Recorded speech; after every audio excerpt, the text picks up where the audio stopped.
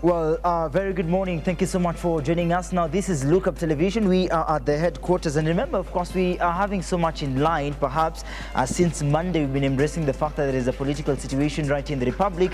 And of course, to embrace that in the best way possible, there's still so much to discuss. I was wondering this morning on when should be the time that I'll board the mood Denganya that is the talk of the town right now. And even as we embrace that, there is also a situation alarming right now as rogue Nganyas. They roar through, that is from the Standard, of course, they roar through Nairobi street like kings without crowns, matatus with no number plates, no rules and no fear. Backed by political muscle and hidden behind shell companies, these rogue vehicles are turning public transport into a circus of impunity, while ordinary Kenyans are crushed under the weight of traffic laws. The powerful race above them, literally, with the DJs, drugs and dance floors on wheels. This is anarchy in motion, sanctioned by silence and blessed by the highest officers in the land. And the president's son, so with George Ruto, of course, the Standard says the just launched Mood Matatu now flouting the rules, with regulators and traffic police turning blind eye lest they get into the bad books of the first family. Now, these vehicles belong to who's who in government. The NTSA Act of 2012 is supposed to regulate matatu fabrication, but enforcement has failed its hand to impound a vehicle owned by a senior official's child. Wow. So there's so much controversy in related to the political space in that particular Nganya in town. So many people are speaking about it, most of the young people, and saying they must board that. But away from that, there's also the spiritual angle that many are saying that he mood in a kind kama near Illuminati or something about spiritual thing, because if we look at the two faces right here, the OO, they resemble something else that many perhaps will in the spiritual reign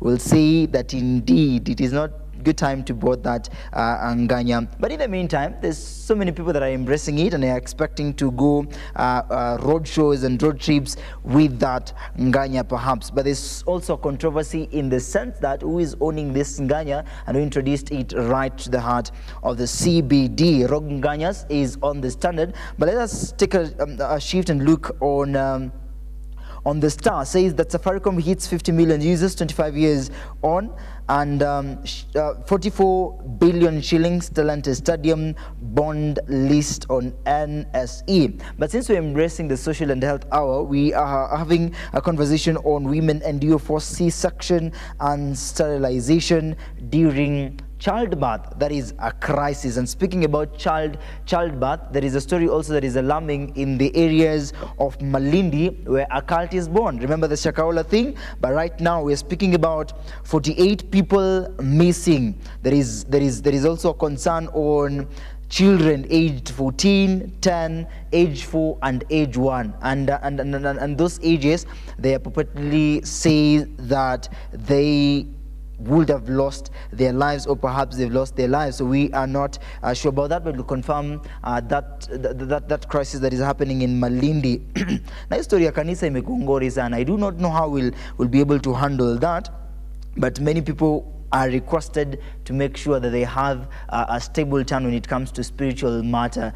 And the story pia Nganya, sijui watu kama watapanda ama bado tutaongelea story ya spirituality, then we see the end of time. Ladies and gentlemen, if you're joining us for the first time, this is the show, the show that you do not want to miss, because we are having the engagement on the social hour and the health hour. My name is Moses Sketch. Allow our guest to introduce herself. Good morning right now. Good morning. My name is Gladys Wamuyu. Indeed. I'm an HIV advocate, HIV champion, and also a women and girls advocate. I'm also an author. And my story is not just for me, it's for everyone who wants to hear it and be set free. Yeah. All right, amazing. It's nice to have you for the second time. Remember when we were having this conversation earlier on, we had so much discussion in, as far as advocacy is concerned. But there are people that are watching you right now, and they are involving in this conversation, or they're involved in this conversation for quite some time. We're in the month of July. The same advocacy is still underway, and we're still continuing with the same taste of understanding that indeed HIV is still a cause for conversation. Earlier on, in the past few days, I realized that there's an injection that mtu anaweza dungwa sindano fulani, then ana recover from HIV. What was that about? It's not recovering from HIV, actually. But I've seen it on the social media platforms, that the injection that Capriv, something that is supposed to be injected for people who are living with HIV. And that dose, the last time I had, is supposed to cost 6K Kenyan shillings.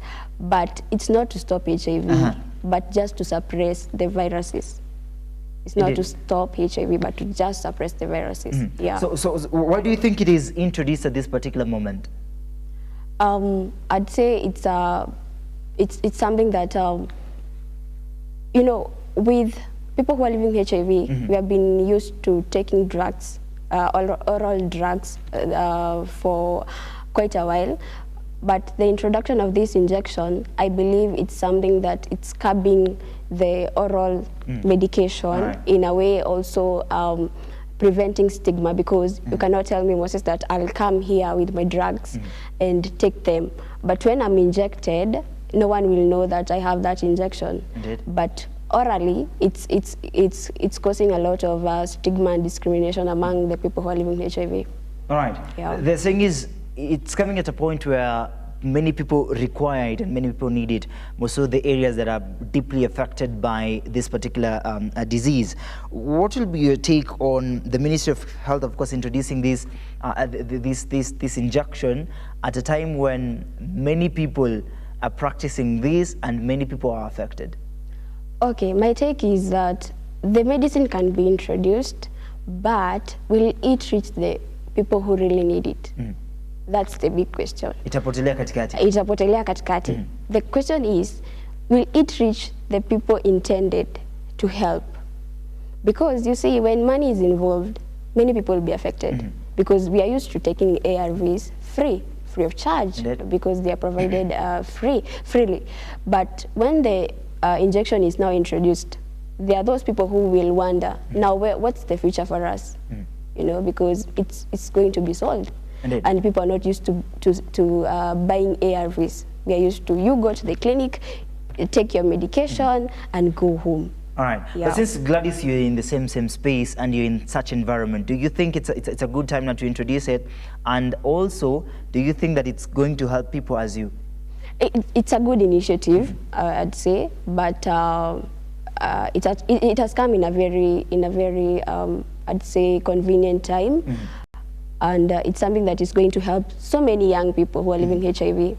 And me being one of them, I believe it's a great initiative that the ministry has decided to take. And I believe this is the 2030 vision that people came up with to end HIV by 2030.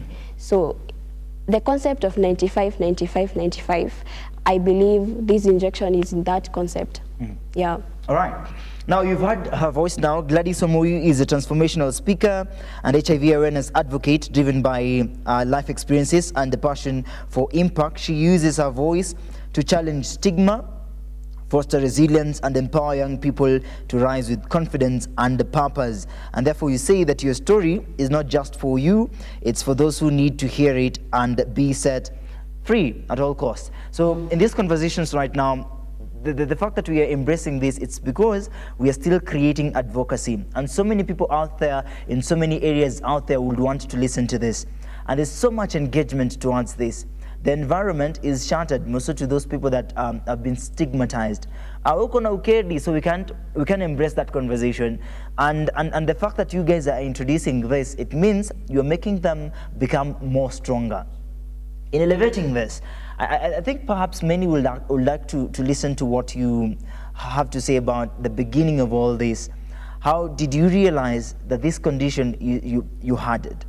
Okay, so when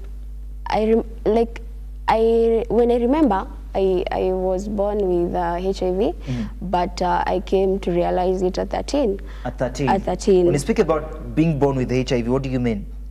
Being born with HIV, it means that there are so many things that can transpire in that moment. And when I mean this, there are so many things that happen when a mother is pregnant.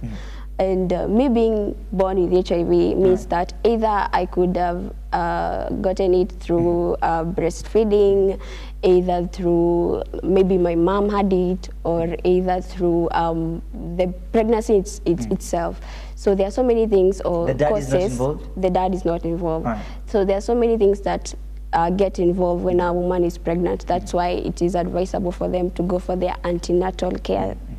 And this is just one mode of transmission, and there are so many modes: sexual intercourse, you know, not using condoms while having sex, blood transfusion, and all this.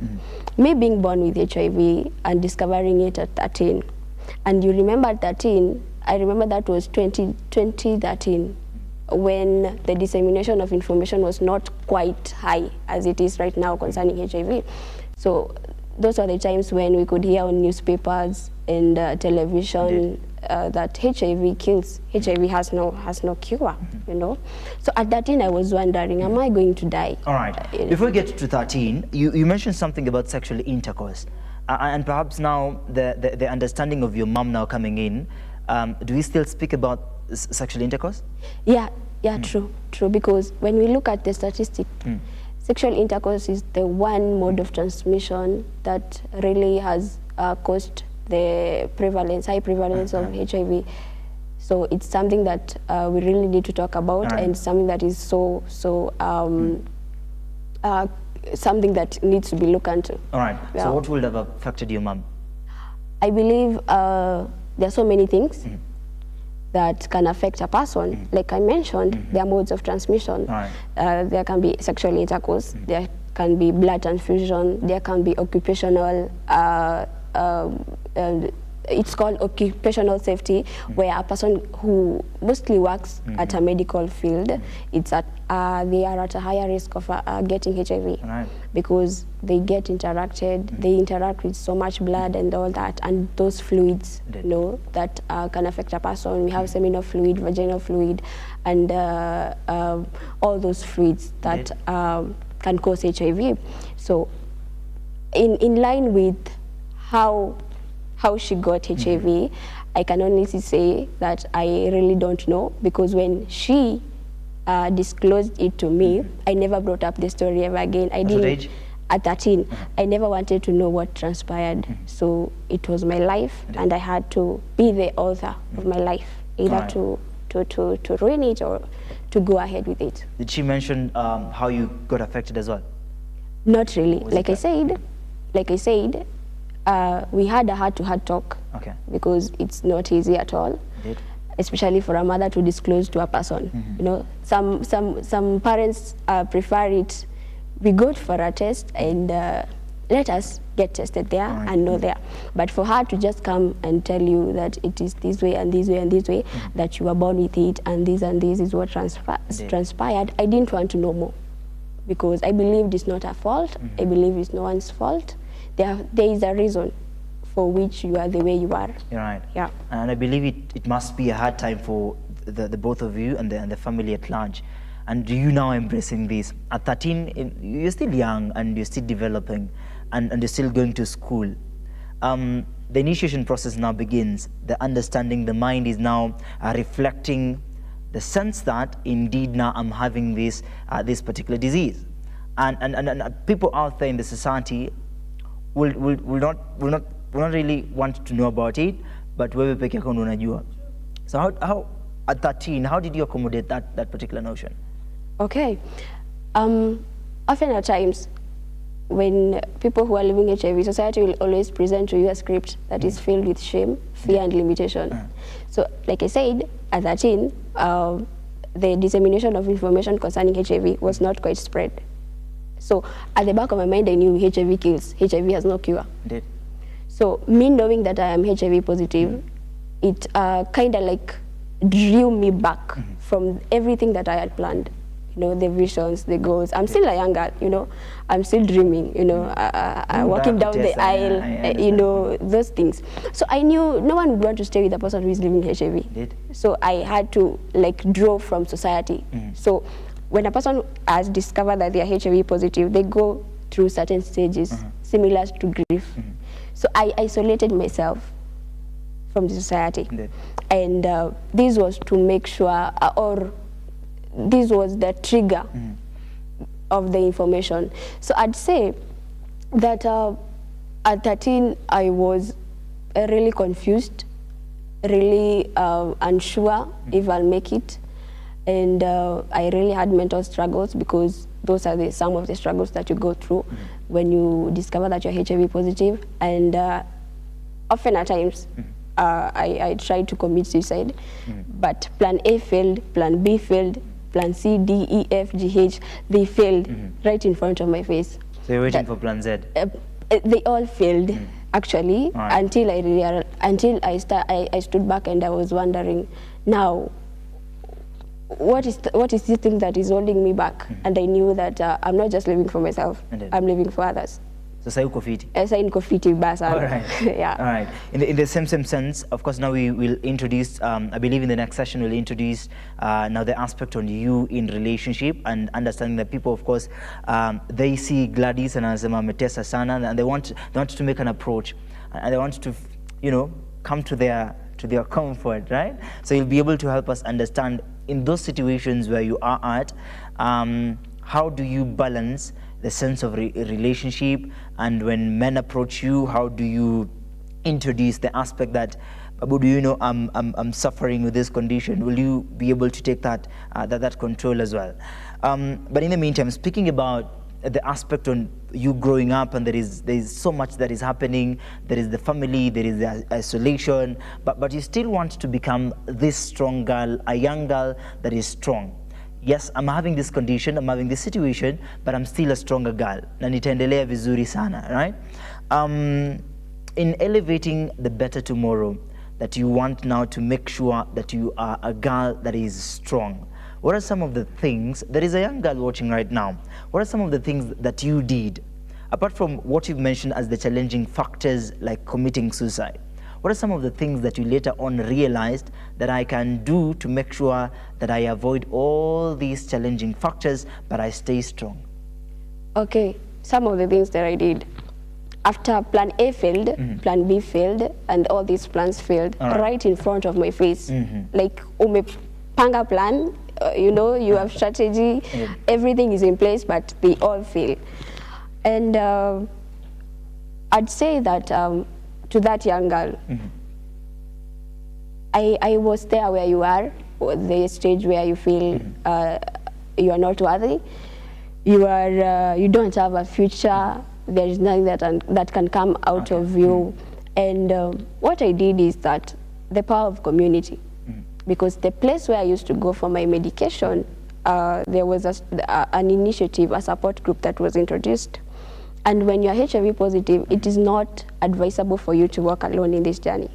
You need to have a space, a safe space where you can be able to you can be able to be yourself. A safe space where you meet other young people who are like you, that can really shape your life in very many ways. So the power of community, number one. A community is somewhere that you are safe. A community is somewhere that you are yourself, because a young girl is viewed in this generation as a person who is navigating identity in a world that really embraces beauty, but really removes the space where they can share their pain. So our girls are walking out there with so much pain, in their hearts, and so much struggle in their lives. But really, when the society looks at these people, they look at very strong women, very strong girls. So the power of community is where you find yourself in a group of people like you. A group of people who can understand you, who can push you to become greater, because there's some point where you will not see your greatness. Indeed. But there is someone who will see the greatness in you and make sure they amplify that greatness to become whoever you are supposed to be. So the power of community. And number two is to accept yourself. Not because you have HIV, but accept yourself, your identity beyond HIV. Who am I? Beyond all these faces that people have given HIV an image, you know. who am I as Gladys? Who am I? Not accepting myself because I have HIV, but accepting myself because I have a purpose. I have an identity. Yeah. All right, but I think your story is so much different because kuna yule ambaye yes anataka kuwa na identity, the best identity anaweza pata, but there is the aspect on the stages za HIV that sasa yeye ni mkonda kabisa and maybe he or she is nearing death. So how will we help such people in terms of identity? It's so unfortunate that HIV has an image in the society. Of course. People have really visualized HIV versus, like, for you, that's one thing I'm struggling with, or people actually don't believe. When I just go to a place and share my story, people are like, no way, you cannot be HIV positive. You cannot be this way. So you have to realize where these people are coming from, because ever since, you know, as time evolves, people have learned that HIV has an image. You know, when you see a person who has HIV, he or she is supposed to be this way, is supposed to be that way, is supposed to be this way. But actually, when you look back and realize over time, the myth or the image people had visualized people who are living HIV is actually changing, because people are so healthy. People who are living HIV are so healthy. You cannot know. Indeed. So to that person who has reached to that point where their health has deteriorated in a way, and they feel that they are not, they have lost their self-worth, mine is to just encourage them that it's not over until you say it is. Indeed. Until you yourself you say it is. There is power in confession. There is power in what you say and what you believe in. Indeed. So it is not over until you say it is. So I'd advise them to take up, dream again, wake up, dream again, and move on, because it does not end at HIV. When you discover that you're HIV positive, it does not end there. Actually, it begins there, because I believe that my story did not end at diagnosis. It ignited there. So it means that you are a voice to a generation. You are a voice to a certain generation. So don't give up. All right, and becoming a voice, do you think you are very lucky? You're very lucky in the sense that at least wewe hukufika kwa those perhaps stages, and your life seemed normal. I'd say I'm lucky. And I'd want to raise the awareness that HIV is the virus that causes AIDS. Indeed. HIV is the virus that attacks the immune system, which inakusaidia fight magonjwa. Indeed. You see, while AIDS is the last stage, where your immune system is so weak that it cannot defend itself. Indeed. Now people are now confusing HIV and AIDS. Why am I lucky? Because when you discover your HIV status at an early age, you will be introduced to the ARVs. Indeed. Now the problem comes in when you are introduced to the medication and you stop the medication. Indeed. Because when you stop the medication, the viruses will go high. They will not be suppressed. But now when the ARVs are introduced, the viruses will be suppressed. Indeed. So why do people reach to those stages? Because either, number one, they are not adhering to their medication, they are not attending their clinics, and they are not eating well, and they have involved themselves in other harmful practices like harmful sexual intercourse, and all these drug addictions and all that. So why am I lucky? It's because that it was found out early, and I was introduced to the ARVs early. So it does not mean that when you're HIV, you will progress to AIDS. Yeah. All right. So, ladies and gentlemen, we are having a conversation in regards to living a life with HIV, and of course understanding women's worth, or voice rather, after HIV diagnosis. We've also understood her story in the limelight of resilience and powerful takeover towards elevating a greater tomorrow. And the aspects of all this come in handy when we are creating advocacy out there. Now, do you think it's high time that many people should now stop practicing sexual intercourse? And of course, across the divide, there's so much debate towards this. Lazima raha ujipe mwenyewe, and so much is coming in handy for those good performers in the same state. But of course, Gladys will help us understand that in these times, also in these July cold times, do you think it's a good time, of course, to slow down if many people perhaps are practicing it? And do you think because now we are embracing danger since the USAID donations zilianza kuleta tatizo, do you think it's a high time that we should slow down? Yeah. Utatuambia hivyo, of course, when we come after this break. And remember, yesterday we had embraced that Mr. KK Munye, the content creator who is imitating Rigathi Gachagua, was laid to rest yesterday. And of course, may his soul rest in peace. All the content creators were out there pouring out their condolences. And we saw Honorable Itumbi giving a job to Kafengo, and that was an excellent idea, but we are hoping for the best and a greater tomorrow towards the content creators right here in the Republic. And of course, to mention about that, Sifuna is also on a crisis where he mentioned a few things about the government, and of course we're expecting that sijui kama tatolo ODM, but we'll expect to see that in the later broadcast that we'll have right here on Look Up Television, and says that Gen Zs did not accomplish their job because Ruto is still in office. Now, the government empowerment program will also be a sense of discussion, and of course we're also having a conversation on Kimani Ichung'wah and Pastor Rigathi Gachagua. There's a Pastor Dorcas, the wife to Rigathi Gachagua. We'll see that conversation in our daily broadcast. Of course, you can keep on watching the conversations right at the heart of our social media. Don't go too far. You're watching the Social and Health Hour.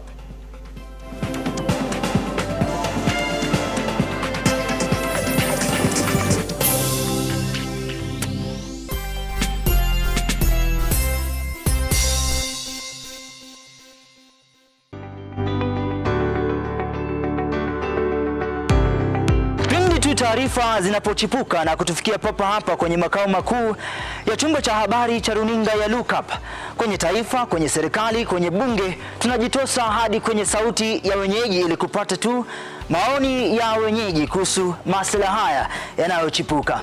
Maana hii kitu inaenda kuumiza Mkenya kwa tax. Hakuna kitu tunafurahia. Nothing. Absolutely nothing. Sisi tunaumia, si ati tunaumia ile ya kiukweli. Juu maisha ni ngumu. Na bila shaka tunapata maoni yao ili sauti yao ipate kusikika.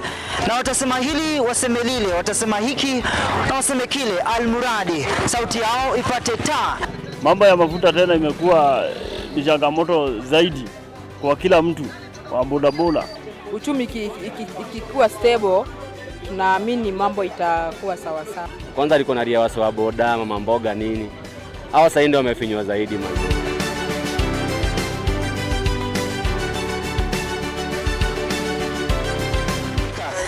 Mtazamaji, hii ni bunge la wenyeji.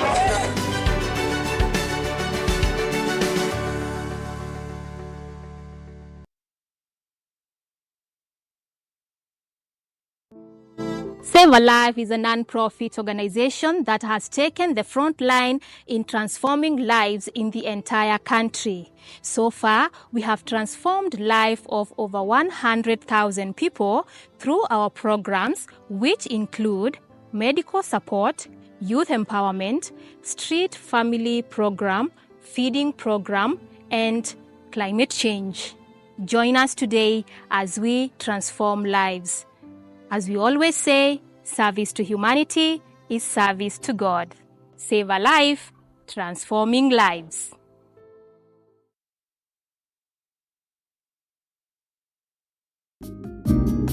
People are there to belittle you. When people are questioning you, if you don't move fast, of course, yes, you lose it, but then it's not us to push you. But you do not know the God who has been molding me. What has he been doing to me? The deep and mature conversations of empowerment for you with a curious mind and an appetite for oriented conversations. I concur with what you're saying. You plan your finances, you can easily live without a debt. An engaging safe space of free expression and truthfulness with an upheld vibrance, motivation and happiness. So many children who are there, they are not living their dreams. Join us for deep conversations with Zipporah Gashushe every Saturday from 8 p.m. The Deeper Conversations on Look Up TV.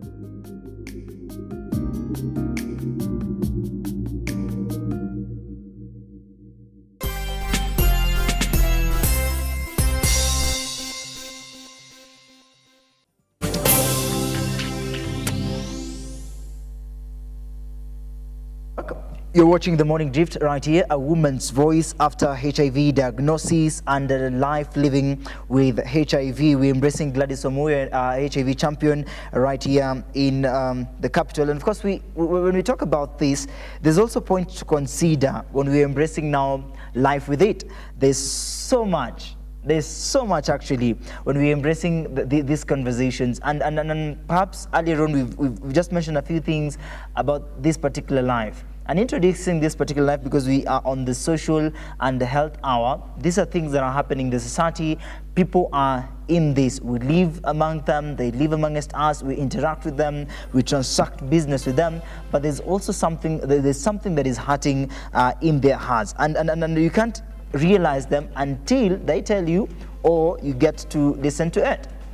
So if you're watching this conversation and you're out there, you know someone who knows someone that is affected or has HIV, this is also a room for them to get the advocacy in the best way possible. It is not easy in this situation and in this condition, but we are hoping for the best initiations process that will take center stage across the divide right in the heart of Nairobi, and of course also in the Republic as a whole. What is the Ministry of Health doing as far as advocacy and empowerment is concerned? Of course, to raise awareness to the betterment. Earlier on, we'd posed a question about, do you think that it's high time or it's a good time that because we're seeing the danger in the society, do you think it's a good time that people should slow down towards activating their energies towards history, manifesting their prowess in towards, there's this danger. I don't want to use that term, but I believe people that have experienced this will know that perhaps. And there are many people out there that say, "Oh, you are no masana." They can slap back to back and still hit the throne after all.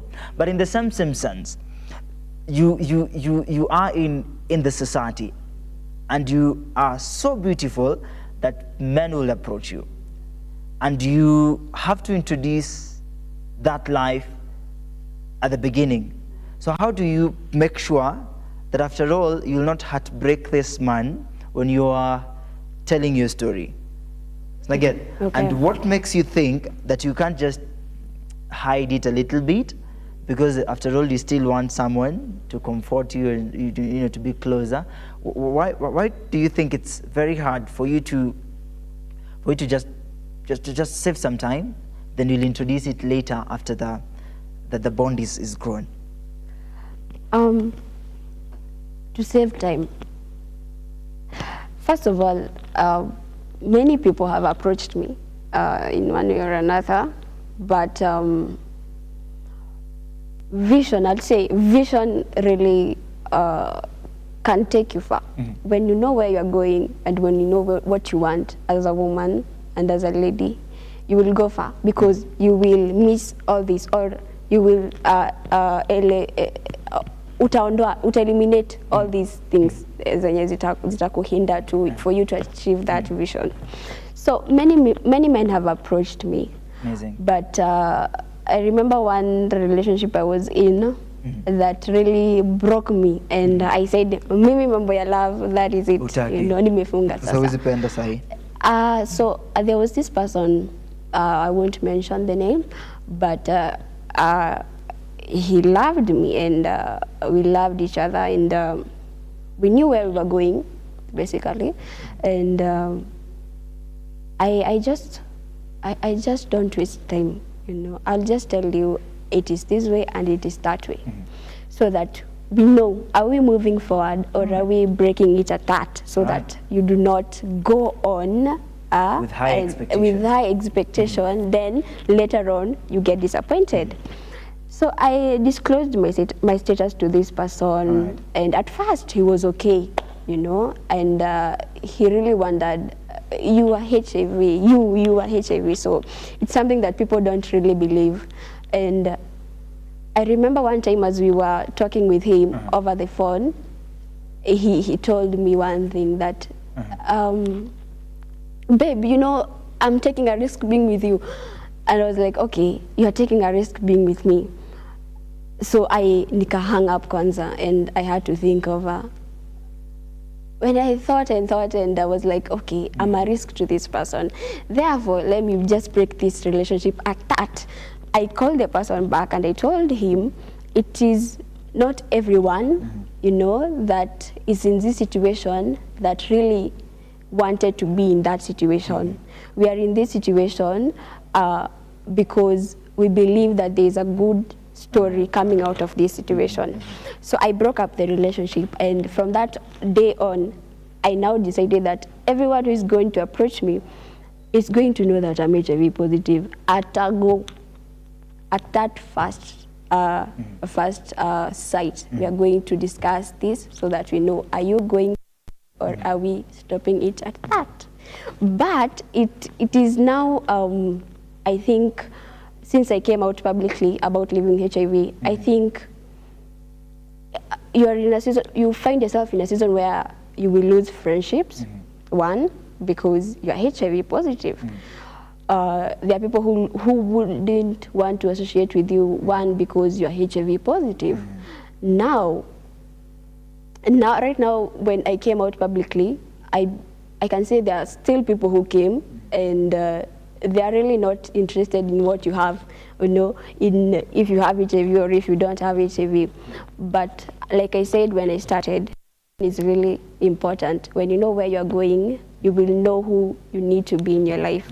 You will know the kind of a person that you would really want to spend the rest of your life, because marriage also is not something that should be taken lightly. And I believe, I'm one person who believes in marriage and believes that I'm not here to play concerning relationships. It's about marriage, because time is also of the essence. Wewe sasa mtu anakuhitaji, lazima pige hesabu ya ndoa.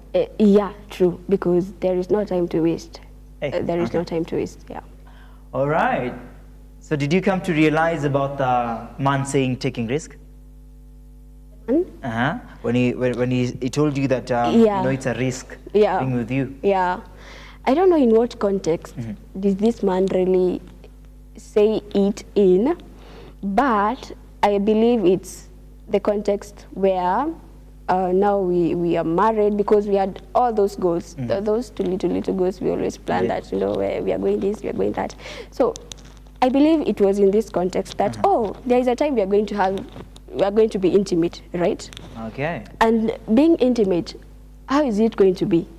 Are you going to affect me? You know, in that context of the risk, you know. But I believe knowledge breaks stigma, and most people don't realize the knowledge about HIV. There is something that is called U is equals to U, meaning undetectable is equals to untransmittable. What do I mean? I mean, when a person's virus or when a person is constantly on their ARVs, and they have taken these ARVs consistently, it will reach to a point where the viruses are now suppressed. They cannot be detected. Therefore, you'll go for the viral test, and when the results are out, you find that the viruses in your blood has been suppressed. Now that is the U is equals to U concept, and I'm in that stage. All right. The HIV cannot be detected. You told him that? I did not tell him that, but we had attended training session, because for one, when you're dating a person, and you start educating them, as if unajijustify. So it is better it is better for you to go together for these trainings, you know, for you to go for counseling. So training, because that you are able to date someone that is living with HIV. True. I believe it's more of a counseling than a training. You see, because in that counseling room, you'll be able to understand the U is equals to U concept. You'll be able to understand that the discordant couples, a couple who is one is HIV positive and the other is negative, and you stay together faithfully, and you reach to a point even you bear children who are negative. All right. You know, it is possible, and I've seen such kind of people who are living together very happily, and they have negative babies. So people really have misunderstood HIV when it comes to the aspect of relationship, the aspect of us being intimate. All right, but if it is a matter of misunderstanding, then there's no need for you telling them in the first steps that you are HIV positive. It's just a matter of time, because it doesn't have any effect. So you know, be to that we can still roll, or you fear that later on they'll realize it, and then boom, the marriage now is over. I believe in, like I said, before I came out publicly about me living with HIV, I used to disclose, and I used to disclose not early, but after a couple of times,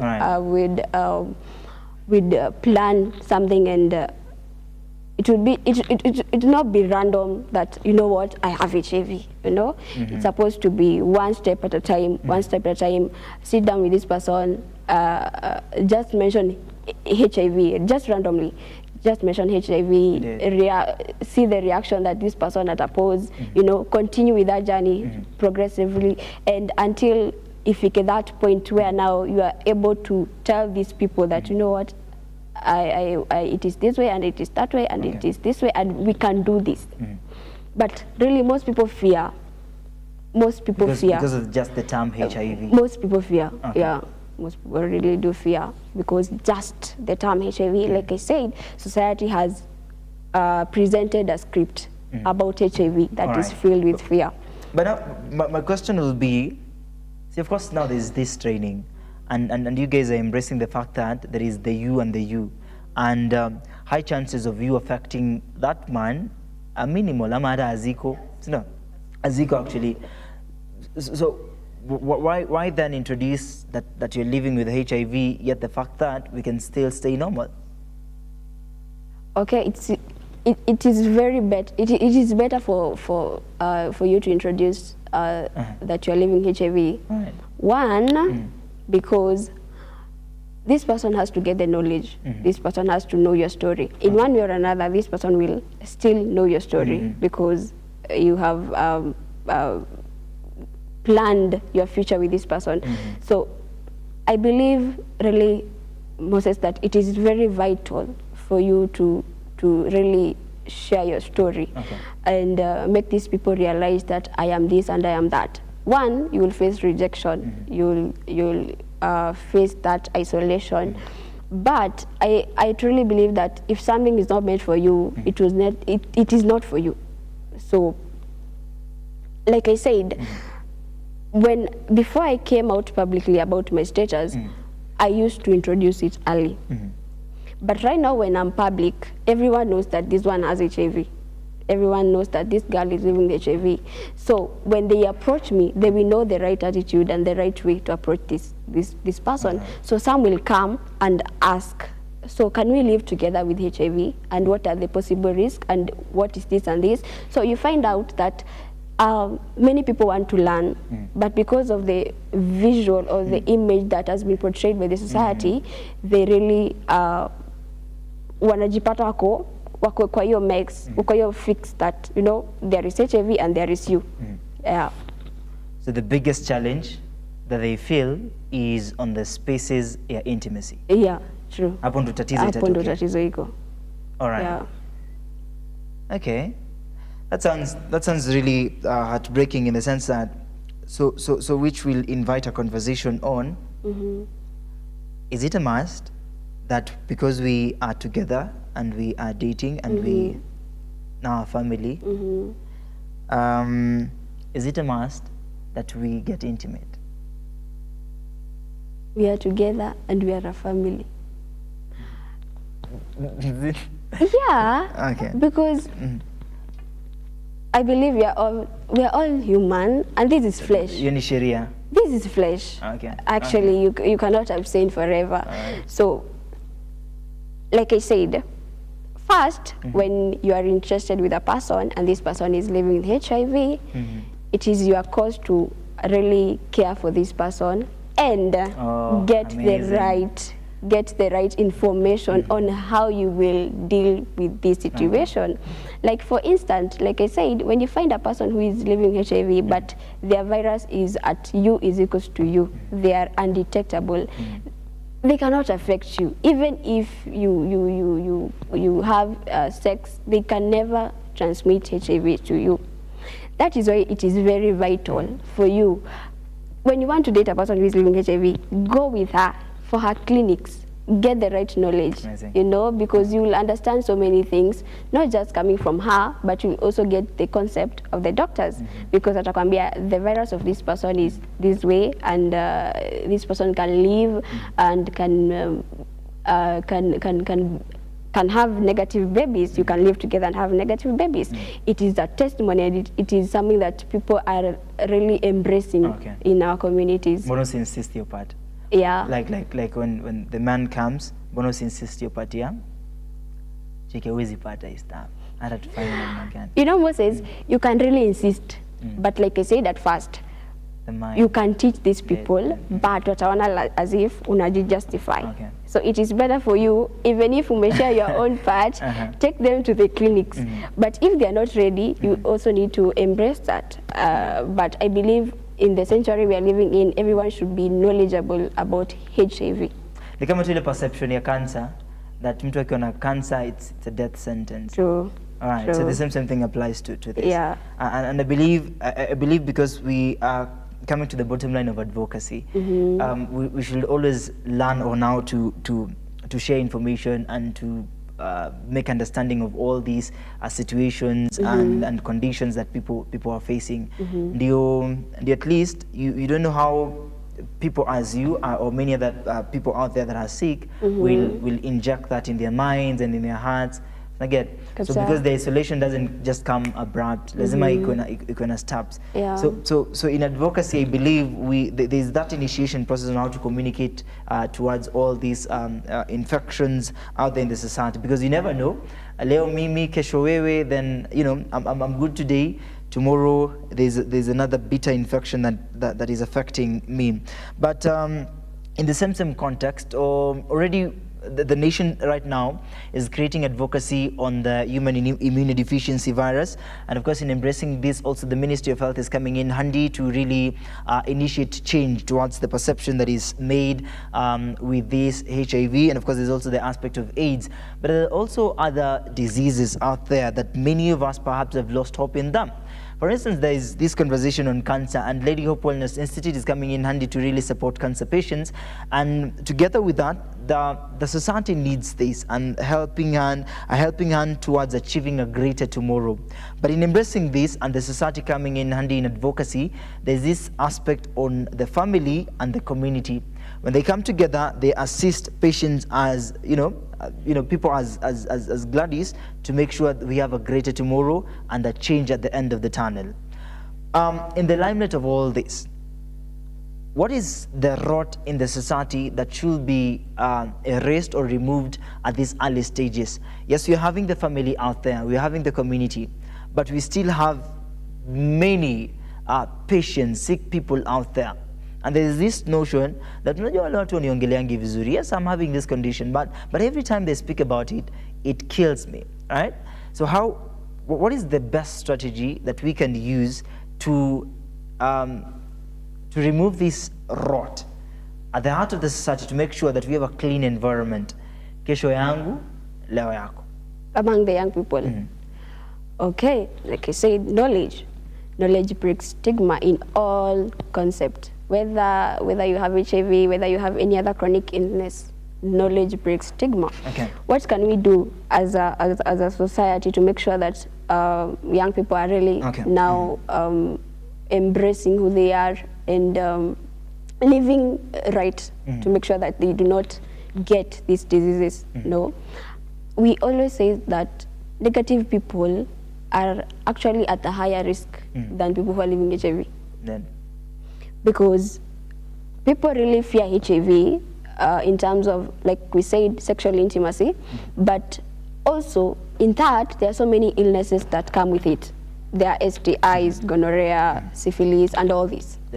So it does not mean that even if you abstain or even if you have sex, you'll only transmit or get HIV, but you also get other diseases. So what can we do as a society?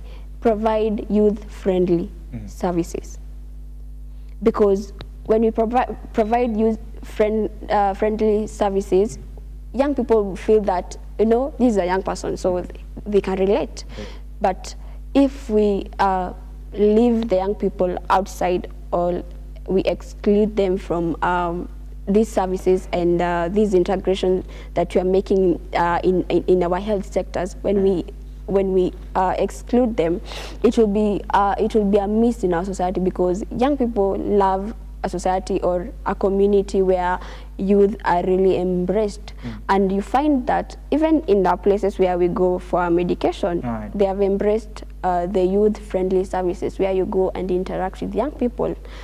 And where you go and interact with young people, what else can we do? Advocating for people, advocating for these people, be a voice. Because once you show up, once you are out there and people see you, you become a mirror of hope, a mirror of resilience. And number two is really knowing what these people want. These people want a safe space. It's not only young people, young women who are facing challenges, even young men are facing challenges. And one thing men really do is they really don't open up as ladies. So you find a man in a suit and he's walking, but really inside, when you have a heart-to-heart talk with this person, you realize that this person has gone through a lot. So we also need safe spaces where we can air our stories, where we can share our stories with the fear of not being judged, with the fear of not being ashamed, with the fear of not of being viewed a certain type of way. So these are the things that we can do to our communities to make sure that youth or the young people are really embracing their stories and embracing who they are. Yeah. All right. We got 5 minutes. So when we're talking about this, I'd really like now to understand now a woman's voice that now introduces the fact that there's this worth. Yes, you want to get involved. You want the feeling of a man. You want to have that warm embrace as well. But there's something that is killing your heart every time that you think about it. Una feel itakuwa namna gani? So there's this breaking notion that is in your mind, in your heart, and you feel like, as you just mentioned, wewe hauna type wakati wa kupoteza. It is either it is possible or not. Are we doing this or not? And so you're introducing your story in the first early stages of your relationship. So when we speak about worth, what is a woman's worth when it comes now after this HIV diagnosis? Yes, now I know that I'm suffering. I'm in this condition. So what's the worth that we're speaking about? What's the voice? First of all, worth is an importance, significance of something or someone, regardless of the external circumstances, regardless of the pain, regardless of the trauma, regardless of the abuse. What is the worth that you carry as a woman? Now her worth is now a space, a platform where women are embraced, not for what you've been through, but for who you are. Earlier I mentioned on identity, knowing yourself beyond what you carry. Because when you see young people in Kenya face a complex array of challenges, and when you look into these challenges, they are deeply rooted in societal perception, cultural practices, and all these things. And when you look intently, when we want to embrace or to make sure that the world is now becoming a better place for girls and for women, young women, we'll need a complex, multifaceted actions that delve into health education, legal reform, cultural practices. Now, her worth now comes in because society always views a woman as the weaker version, while art, young women really show resilience and intelligence. Back then, women were told, you need to be in that corner, keep your opinions to yourself, and women were told, persevere, persevere, persevere. You find a woman is hurting, a woman is in an abusive relationship, and they cannot just come out of that relationship because they have been told, persevere. A woman cannot achieve her career goals. She cannot go and get educated because people really knew that when you invest in a woman, it's a poor investment because this person will move out of your house someday.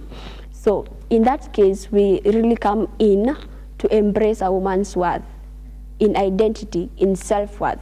Who am I beyond this diagnosis? Who am I beyond the trauma I've been through?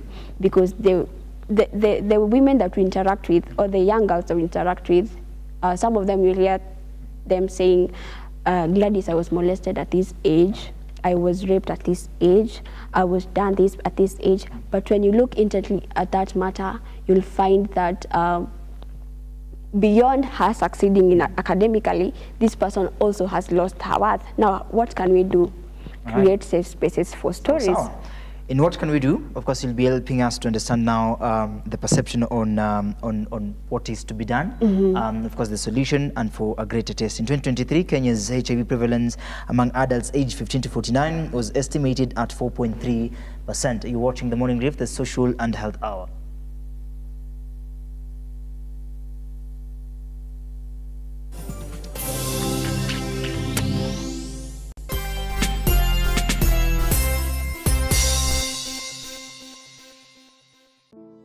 Save a Life is a non-profit organization that has taken the front line in transforming lives in the entire country.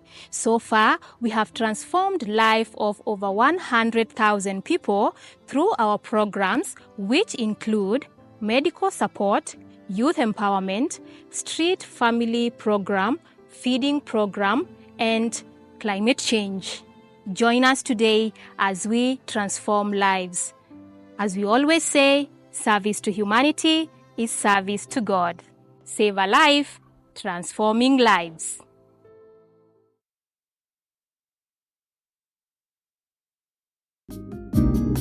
People are there to belittle you. When people are questioning you, if you don't move fast, of course, yes, you lose it, but then it's not us to push you. But you do not know the God who has been molding me. What has he been doing to me? The deep and mature conversations of empowerment for you with a curious mind and an appetite for oriented conversations. I concur with what you're saying. You plan your finances, you can easily live without a debt. An engaging safe space of free expression and truthfulness with an upheld vibrance, motivation and happiness. So many children who are there, they are not living their dreams. Join us for deep conversations with Zipporah Gashushe every Saturday from 8 p.m. The Deeper Conversations on Look Up TV.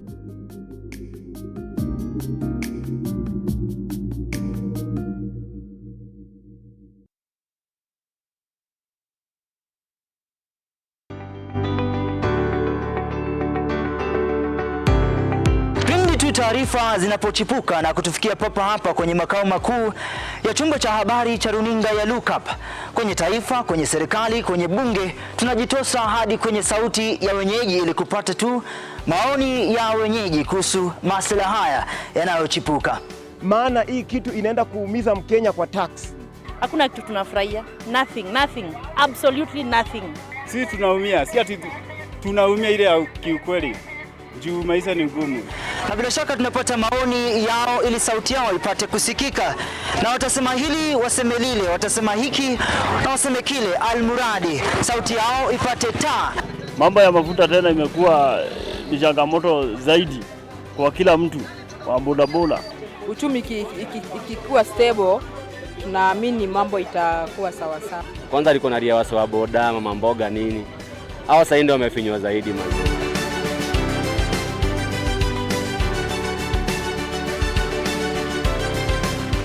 Mpenzi mtazamaji, hii ni bunge la wenyeji.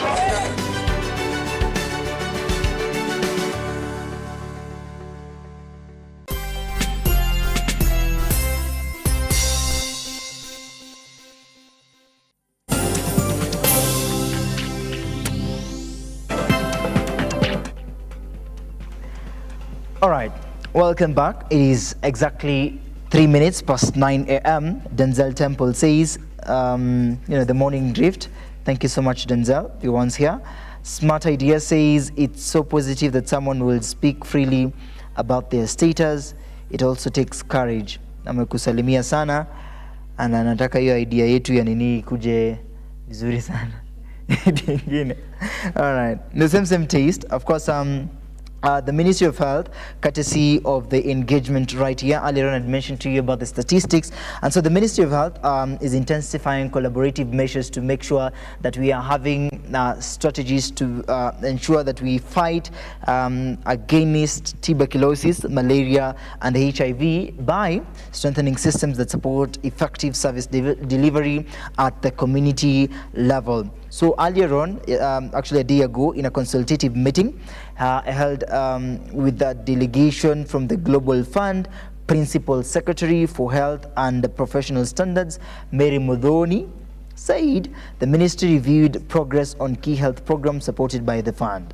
So PS Mudhoni also said that the discussions focused on enhancing the efficiency of health commodity procurement, improving health information systems, and also scaling up training for frontline health workers. And also, earlier on, Gladys had mentioned about the training where different parties are also involved in this and making sure that we have a stable ground in ensuring that advocacy is to the top notch and a high level in ensuring that we have a stable ground for the health and social environments.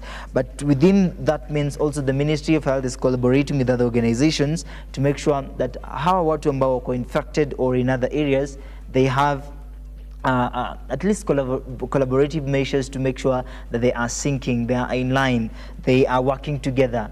So kama it may happen in the down Kenya, it may happen in the low areas in the country, they can find a way to collaborate with the Ministry of Health and the government at large. Earlier on, before we went for a break, you were explaining to us about now how can we make this in line. The fact that yenyewe inakaa impossible, but we need a better solution towards all this. So because I know we've spent a lot of time discussing about the elevation, the advocacy, the measures to be taken, how can we kill stigma, how can we be resilient in these trying times and hard times. And when you view the economic situations, and this now is inclusive of the USAID fund that was withdrawn, there's this aspect on donations, so with withdrawn, there are so many things to consider as far as those people that are not good na wakashindwa ku provide. So how will they, hata tukiongelea solution, how will they get support? The US did not just freeze all of that things, but they freezed a lot in terms of support groups, because there were so many support groups, youth-based support groups, adolescent support groups. So when they have freezed all this, the people who used to teach us, the people who used to teach other people, they have no jobs. So the US did not just freeze all of these things, but they also freezed the support groups, the initiatives that were put up by the young people to come together and just create an impact for people living HIV. A lot stopped. But now you find that for you to now advocate, for you to have that safe space where people can gather, you need to use, there are some extra resources that need to come from you. And the Minister of Health also supports, and also other health organizations Okay. and NGOs. All right. They really come in handy. So in terms of you advocating and raising awareness concerning people living with HIV, I'd say so many things have been shifted, changed, because we had a lot in mind in terms of HIV and how we can advocate for young people who are living with HIV. But now the freezing has come. So now what do? We still have to advocate. We still have to raise awareness. So yeah, we're still moving. We're still moving with the support of the Ministry of the Government and also other NGOs. Yeah. All right. So what is the better solution towards all this conversation? The better solution is to just keep on raising awareness. Just keep on advocating for people living with the HIV. And in line with this, we also need to bring out the concept of identity. People discovering who they are. People discovering the purpose on which they were created. Because I always say no one was created empty. So what can we do after we have advocated for people who are living with HIV? Some of them don't have jobs. Tomorrow they will need to eat, they will need to take their drugs. So how can we better impact their lives? These are in terms of, we come up with programs and training and vocational training where we can just support these people to go get a skill, go get employed, go find a job, with the support of the organization as Hawath, and not basically just to advocate for you and to make sure that you discover who you are, but to also empower you to make sure that after you have gotten the education, you also have the skill to bring your resources, because at the end of the day, you need to sort your bills out. You need to eat, you need to do this, and you need to do that. So we not only leave you to the society, but we also impact you and empower you to become that woman, that man. All right. I know later on, of course, we'll be discussing about your organization to make sure that that you enrich other people out there that have lost hope as well. In the same taste, now the Ministry of Health is now coming handy, and the government also collaborative measures to make sure we have measures to embrace these conversations, raise awareness, protect the patients and many other people out there. So we are coming to the bottom line where there's a track we've lost, but we need to align it. So what do you think, as someone that has been in those spaces for quite some time, what do you think can be done by the Ministry of Health? And speaking about the Ministry of Health, there's also the aspect on hospitals, institutions that also can help assist patients, and also speaking about the medicine. So what can the Ministry of Health do in collaboration with the government to assist patients suffering with HIV and maybe other rare diseases? What the Ministry of Health can do is just to make sure that the ARVs are reaching to the necessary people who need it. Okay. And they are available. Because I remember when the issue of freezing rose up, people are wondering, where are we going? Are there medication in hospitals? Are there items that used to take the viral load? Are they available? So when we come to the Ministry of Health, we need to understand and realize that HIV is still there, and we need to advocate, and we need to provide the ARVs, the necessary equipments that we need for the people who are living with HIV, and also to return the support groups where people used to gather and just be yourself. It was a safe space where young people would gather, come up with strategies that really ensured that no one is left out when it comes to adherence, because we used to go to the communities and look for those who are affected with HIV and really bring them back, them that had deferred from their drugs, and really bring them back to make sure that no one is missing out in this movement. So bring out the support groups again and revive them again. So because young people really have strategies and measures that can curb the effect or the high prevalence of people who are living HIV and how we can really come up with strategies that we can make sure that no one misses their drug, no one goes on an empty stomach, no one misses their test. Every clinic is adhered to all these measures. So that is basically what we can advocate for the Ministry of Health to put it back through the program. So what should be the key priorities as far as the community is concerned? What are some of the key priorities to consider? The fact that we are having this diagnosis, HIV is coming in, but what are some of the priorities? ARVs should reach the people who really need them.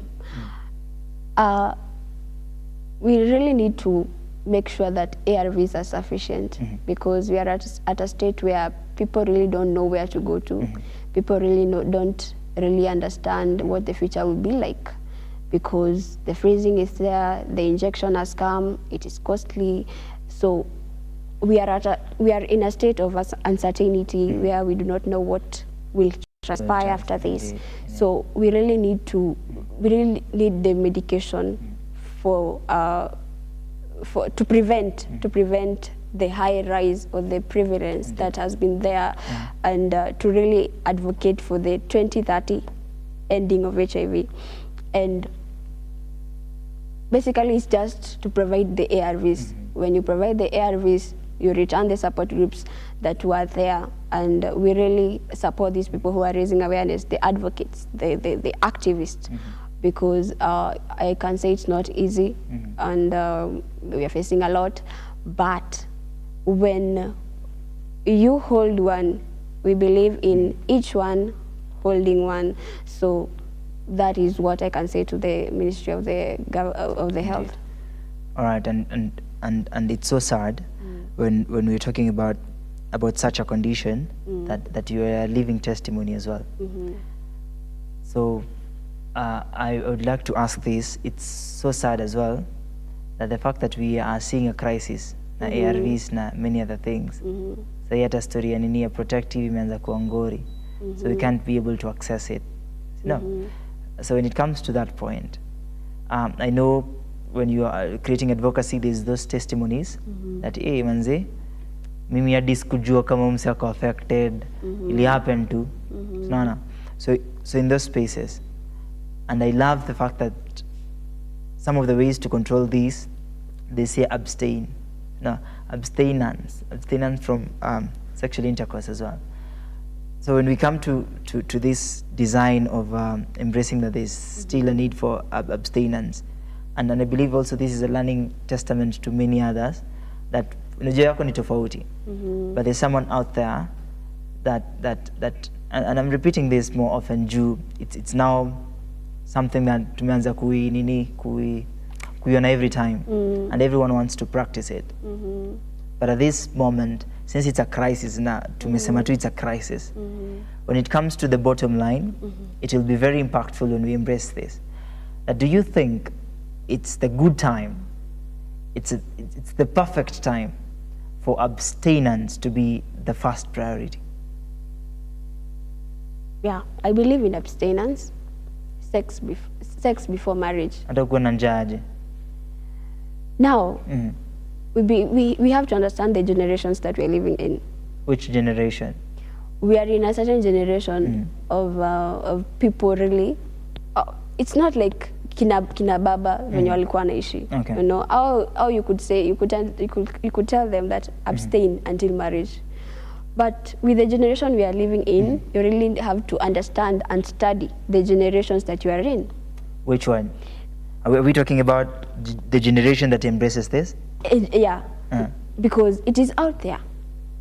You know, everyone knows sex. Even you can speak to a grade 3 and you discover that this person knows sex. You know, like it is out there.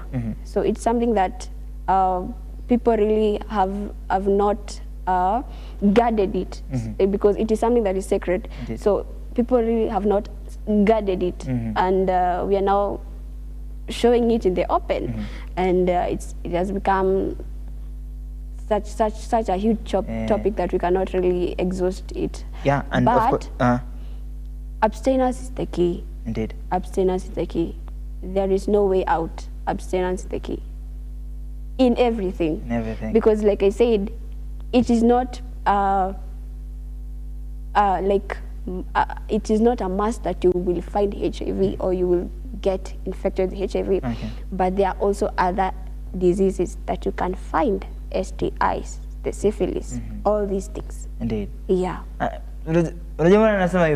Yesterday, actually not yesterday, a couple of days ago, I witnessed a trending video that a bodaboda rider alipack tu boda yake safi kwa barabara, then akaenda kujivinjari, you know, making sure that enyewe kuondoa stress. So in relations to that, you see, the adaptation of many people are absorbing this, even the young children. It's trending online. So hii aspect ya manzee haiwezi isha, lazima tu baridi ishughulikiwe, right? So when we come to that understanding, and that is when our advocacy comes to the betterment. It's very hard for them to avoid it, despite the fact they know the danger in it, they know this is the crisis in it, but it's so hard for them to abstain from it. Again, sisi tunasikianga tu story yake that she's sick, but ako fiti, we can't chorea that. You get the point? So when we come to advocacy ya HIV, there's still also the aspect on the guarding, as you say, and of course keeping ourselves protected. So you are having a foundation that speaks about this worth, embracing the fact that we need to have a particular accommodative environment to raise awareness and to raise a voice. You know, you mentioned earlier, if you are being approached, the first things you say, the introductory things you say is that you are HIV positive. So at the backbone of this man, atakuanga tu anajua enyewe that lady is tunaweza kosa kuingiana. So in speaking about how the foundation, you are also raising for us an awareness, a clear awareness towards all this and achieving all this. Maybe it's not me affected today. Inaweza fika time pia unajua watu uteleza. Yeah. And of course, as you give us your insight on the person that is newly diagnosed with HIV at this moment. To the person that is newly diagnosed with HIV. Yeah. Na ameshtuka tu kabisa. Ameshtuka kabisa. Okay. I'd encourage them that whatever they are feeling right now, I was there. Because one, HIV has an image. HIV, it's described in one way or another. Okay. Because what was going in my mind, what was going on in my mind was, I will die. Even if I'll not die of HIV, I'll die. I'll still die. So that is the concept that society really presented to me. Okay. That when you have this, your ultimate goal is to really die. So I really made sure that I am removing myself so much from this medication so that I die, because wanasema if you do not take the medication, you will suppress the virus, and these viruses, you will escalate the viruses, and these viruses will cause damage to your body because it will not be able to fight diseases. So I tried all the measures, but they didn't work. Now, a person has discovered that they are HIV positive today, but they are wondering, how will I go about it? I want to encourage you to tell you, first and foremost, you're a beautiful story. Amazing. There is a reason as to why you are the way you are. And getting HIV today does not mean that your future goals, aspirations, zimeishia hapo. Okay. Actually, like I said, your story is supposed to not end in this diagnosis, but to ignite there. Ask God, what have you placed in my life beyond HIV, identity, beyond HIV, who am I? What have you placed in my life that I am to be in a generation? Because there is a purpose for everyone, and God did not create someone who is empty. It's like a phone, Moses, that when this phone was created, the manufacturer of this phone knew that this phone is going to serve a particular mandate. It's just the same with human beings, that whoever you are, wherever you are supposed to serve a certain mandate. So do not give up. Do not give up because you're HIV positive. Okay. Take up your story, own your story, and move on with your story. Impact generation. Be a voice to those who can't speak up. All right. Yeah. Speak to us about now your foundation. My foundation is called Hawath Initiative. It's an organization that basically deals with young girls, young women, and generally women, because I believe in every girl there's a woman, and in every woman there's a story the world needs to hear. So it's an initiative that that really focuses on bringing up the identity of a woman. Who is she beyond the struggles? Who is she beyond early childhood, marriage, FGM, health, other related issues concerning health? Who is she beyond all this? So it's an initiative that deals with identity, healing, and voice. You as a woman finding your voice. And in this context, voice is not just a sound, it's identity. And it's how you own your story, because there's a way people knew your story, but there's a way you can define your story and change it for the generation. And number two is healing, because like I said, young women nowadays are navigating identity in a world that really embraces beauty. Awesome. Now, they are not given that space where they can express their pain. Now you find a woman walking around successful, but when you sit down with this person, heart to heart talk, you find that this person has gone through so much, and it's really vital for her to heal fast. Indeed. To heal fast, to forgive. It's a therapy session that really requires a deep moment with these women. When we come down, we sit together, we really talk these issues out. It's a safe space for women where we gather and just heal and forgive from our past traumas, the relationship that we've been through, what we've had, what we've not had, those things. So it's basically a foundation, a safe space for every woman, every woman. So long as you are a girl, there's a woman becoming in you. So it's a safe space for every woman to navigate issues to do with HIV, how to live beyond the diagnosis as a young woman, how to activate the divine potential in you as a young woman in a generation. Indeed. Yeah. Well said and done. We elevating a greater tomorrow in advocacy and everything. So thank you so much for you being part and parcel of making sure that the society learns about this and using your voice, your story to make sure that many others are learning from in-depthly from your story. And it's really captivating. You mentioned Howard, and if we're having so many girls that are becoming women right here in the studio, do you think you can hire them? Wakuja wakusaidie. Kwanza there's another one there that has a good voice in embracing change. Yeah. So sijui kama after this you'll get them on board? Definitely. Definitely. Yeah. Now, what are some of the requirements? It's just for you to be a girl. It's a girl initiative. It's a safe space for women. Yeah, so like I said, in every girl there's a woman becoming, and in every woman there's a story. Everyone has a story. What will be your take on these ones that are here? I believe everyone has a story. There is someone, we can sit together today here at a round table, and we are like, let us share our stories. You'll be amazed. You'll be shocked.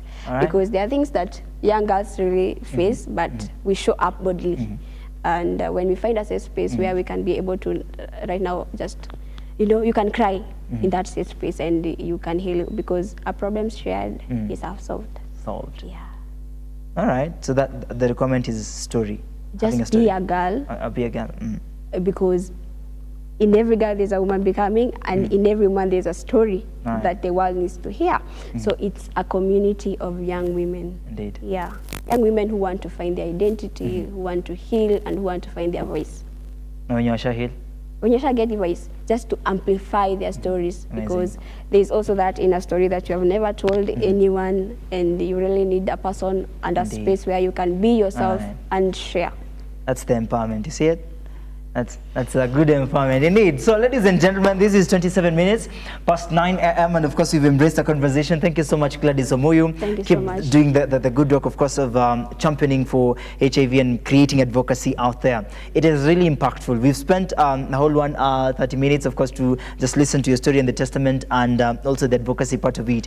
And I believe the awareness is made and done and sealed as you continue journeying towards this empowerment to the betterment. I believe your advice to the Ministry of Health, itafika nyumbani na they'll have a clear change towards all this. Asante sana bwana. You do the good work and of course her worth of course to the excellence. Asante sana once more. All right. Hivyo ndivyo tumefanya. This is the Social and Health Hour and it's a longer conversation but later on I feel of course the aspect on all this is learning towards such kind of stories. And the reason also we interjected the social and the health because all these are collaborating. They go hand in hand. So as we deliberate on all this, every Thursday, of course, we'll be having conversations, deep down conversations, but in the first hours, we'll be accommodating current affairs. And later on, of course, now to embrace such conversations as this. Politics is part of the society, but also health is part of the society. So we're collaborating this to make sure that we have a substantial energy to the audience that are watching this. Across the divide, earlier on I had mentioned about Look Up television, of course, coming in handy to make sure that you get the best absorption. Remember, we're still strategizing across our social media platforms, that is on Look Up Television, on Facebook and the YouTube. Enda pale tafadhali, like, subscribe and share to the betterment. And of course, when we do this, we are creating the warm light in the best way possible. Now, tomorrow is Friday, the 25th. So we will be having a segment on a current affairs engagement, and later on, of course, we'll be introducing entertainment. So to keep you up to speed, make sure you tag along so that we have an accommodative environment coming next week. As I mentioned earlier, of course, the engagement on the current affairs still matters to every Kenyan. Even right now, the younger children knows about the current affairs. So we are trying as much as possible to keep you up to speed. If you watch our content right out there, make sure you share them as a whole. www.lookuptelevision.co.ke. This is the morning drift, the Social Health Hour. Thank you so much for everyone that made this Thursday a success. See you tomorrow as we embrace other conversations. My name is Master Sukej.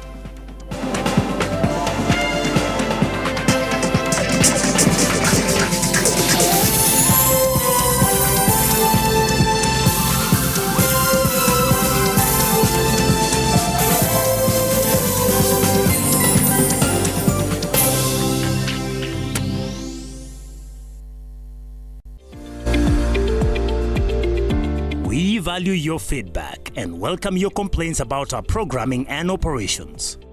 Feel free to get in touch with us through 0700 893 542 or send us an email to info@lookuptv.co.ke.